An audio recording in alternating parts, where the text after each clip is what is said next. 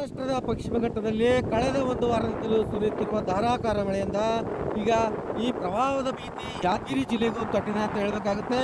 ಏನು ಯಾದಗಿರಿ ಜಿಲ್ಲೆಯ ಏನು ಸುರಪುರ ತಾಲೂಕಿನ ಮುಸ್ಕಿ ತಾಲೂಕಿನಲ್ಲಿರ್ತಕ್ಕಂಥ ಬಸವಸಾಗರ ಜಲಾಶಯಕ್ಕೆ 3 ಲಕ್ಷ ಕ್ಯೂಸೆಸ್ ನೀರನ್ನ ಹರಿಬಿಡ್ತಾ ಇದ್ದಾರೆ ಕೃಷ್ಣಾ ನದಿಗೆ.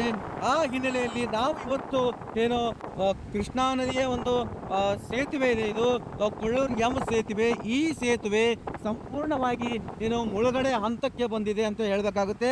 ಈಗ ನೋಡಬಹುದು ನೀವು ದೃಶ್ಯಾವಳಿಗಳಲ್ಲಿ ನೀರು ರಭಸವಾಗಿ ಏನು ಸೇತುವೆ ಮೇಲಿಂದ ಹೋಗ್ತಾ ಇದ್ದಾವೆ. ಕೃಷ್ಣಾ ನದಿಗೆ ಏನು 3 ಲಕ್ಷ ಕ್ಯೂಸೆಸ್ ಬಸವಸಾಗರ ಜಲಾಶಯದಿಂದ ಬಿಡಲಾಗ್ತಾ ಇರೋ ಹಿನ್ನೆಲೆಯಲ್ಲಿ ಈ ಸೇತುವೆ ಒಂದು ಏನು ಯಾದಗಿರಿ ಜಿಲ್ಲೆಯಿಂದ ರಾಯಚೂರು ಜಿಲ್ಲೆಗೆ ಸಂಪರ್ಕ ಕಲ್ಪಿಸ್ತಕ್ಕಂತಹ ಸೇತುವೆ ಇದಾಗಿತ್ತು.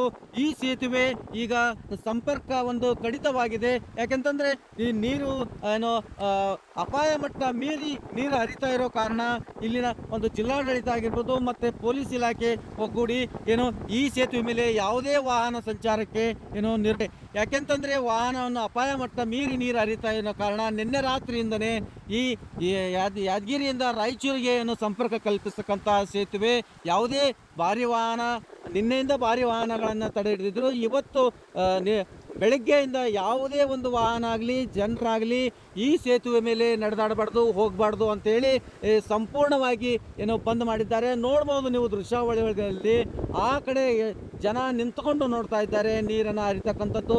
ನಾವು ತೋರಿಸ್ತಾ ಇದ್ದೀವಿ ದೃಶ್ಯಾವಳಿಗಳಲ್ಲಿ. ಸಾಕಷ್ಟು ಜನ ಆ ಭಾಗದಲ್ಲಿ ನಿಂತಿರ್ತಕ್ಕಂಥವ್ರು ರಾಯಚೂರು ಜಿಲ್ಲೆಯವರು. ಈ ಭಾಗದಿಂದ ಇದು ರಾಯಚೂರಿಗೆ ಈ ಸೇತುವೆ ಉದ್ದವಾದ ಸೇತುವೆ ಇದೆ. ಇದು ಒಂದು 800 ಮೀಟರ್ ವರೆಗೂ ಇರ್ತಕ್ಕಂಥ ಬಹುದೊಡ್ಡ ಸೇತುವೆ ಇದಾಗಿದೆ. ಕೊಳ್ಳೂರಿನ ಎಂ ಸೇತುವೆ 3 ಲಕ್ಷ ಕ್ಯೂಸೆಸ್ ನೀರು ಹರಿಬಿಟ್ಟದ್ರಿಂದ ಯಾದಗಿರಿ ಜಿಲ್ಲೆ ಜನರು ಸಾಕಷ್ಟು ಏನೋ ಒಂದು ವಾಹನ ಸವಾರರು ಪರದಾಡ್ತಕ್ಕಂತಹ ಪರಿಸ್ಥಿತಿ ಉಂಟಾಗಿದೆ ಅಂತ ಹೇಳಬೇಕಾಗುತ್ತೆ. ಇನ್ನೂ ಕೂಡ ನೀರಿನ ಪ್ರಮಾಣ ಹೆಚ್ಚಾಗ್ತಾನೆ ಇದೆ ಅಂತೇಳಿ ಏನು ಬಸವಸಾಗರ ಜಲಾಶಯದ KBJNL ಅಧಿಕಾರಿಗಳು ನಮಗೆ ಕೊಟ್ಟಿರ್ತಕ್ಕಂಥ ಮಾಹಿತಿ ಇದೆ.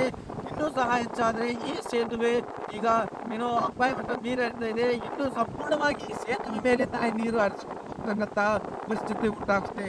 ಯಾದಗಿರಿದ ಗಣೇಶ್ ಪಾಟೀಲ್, ನ್ಯೂಸ್ 18.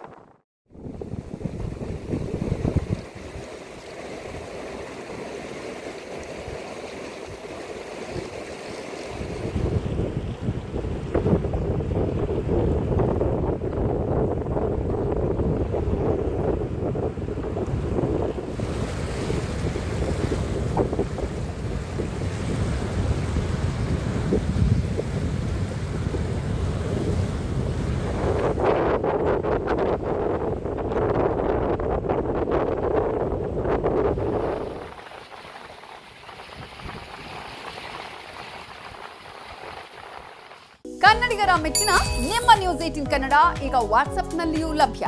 ಕರ್ನಾಟಕ ಮತ್ತು ದೇಶ ವಿದೇಶದ 360 ಡಿಗ್ರಿ ಸುದ್ದಿ ವಿವರವನ್ನ ನೀವು ನಿಮ್ಮ ಕೈ ಬೆರಳುಗಳಲ್ಲಿಯೇ ಪಡೆಯೋದಿಕ್ಕೆ ಈ QR ಕೋಡ್ ಅನ್ನು ಸ್ಕ್ಯಾನ್ ಮಾಡಿ. ನಮ್ಮ ಚಾನೆಲ್ ಅನ್ನು ಫಾಲೋ ಮಾಡಿ, ನೋಟಿಫಿಕೇಶನ್ ಆನ್ ಮಾಡಿ.